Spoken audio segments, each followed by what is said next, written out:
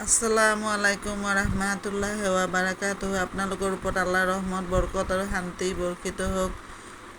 আউযু বিল্লাহি মিনাশ শাইতানিৰ ৰাজিম। বিসমিল্লাহিৰ ৰহমানিৰ ৰহিম। খেদা খোৱা শয়তানৰ প্ৰচলনিৰ পৰা আল্লাহ তুমি আমাক ৰক্ষা কৰা। পৰম কৰুণাময় পৰম দয়ালু আল্লাহ তাআলাৰ নামত আৰম্ভ কৰোঁ।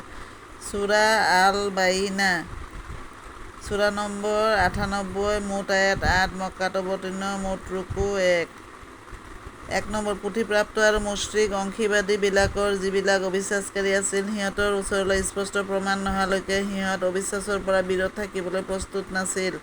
২ নম্বৰ, অৰ্থাৎ আল্লাহৰ প্ৰেৰিত এজন ৰচুল, যিজনে পবিত্ৰ পুথিসমূহ পাঠ কৰি শুনাব। ৩ নম্বৰ, য'ত সম্পূৰ্ণ চিৰস্থায়ী সঠিক লিখনিসমূহ লিপিবদ্ধ হৈ আছে। ৪ নম্বৰ, এই পুথিপ্ৰাপ্ত মানুহবিলাকলৈ সুস্পষ্ট অকাট্য দলিল অহাৰ পিছতহে সিহঁতৰ মাজত বিচ্ছিন্নতাই দেখা দিলে। ৫ নম্বৰ, আৰু সিহঁতক কেৱল এই আদেশহে দিয়া হৈছিল যে সিহঁতে আল্লাহৰ উপাসনা কৰিব, দিন ইছলামক তেওঁৰ বাবেই আন্তৰিকতাৰে একাগ্ৰচিত্তে মানিব আৰু সম্পূৰ্ণ একনিষ্ঠভাৱে নামাজ প্ৰতিষ্ঠিত কৰিব আৰু জাকাত আদায় দিব। ইয়েই সত্য আৰু সুপ্ৰতিষ্ঠিত দিন। ৬ নম্বৰ, পুথিপ্ৰাপ্ত আৰু মুশ্ৰিকবিলাকৰ যিবিলাকে অবিশ্বাস কৰিছে, সিহঁত নিঃসন্দেহে নৰকৰ অগ্নিত নিপতিত হ'ব আৰু তাত সিহঁত চিৰকাল থাকিব। এই মানুহবিলাকেই সৃষ্টিৰ অধম।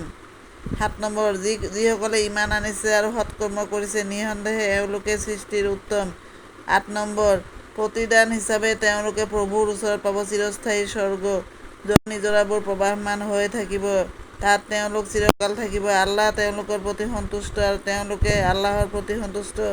এই আটাইবোৰ তেওঁৰ বাবে যিজনে তেওঁৰ প্ৰভুক ভয় কৰে। সমাপ্ত।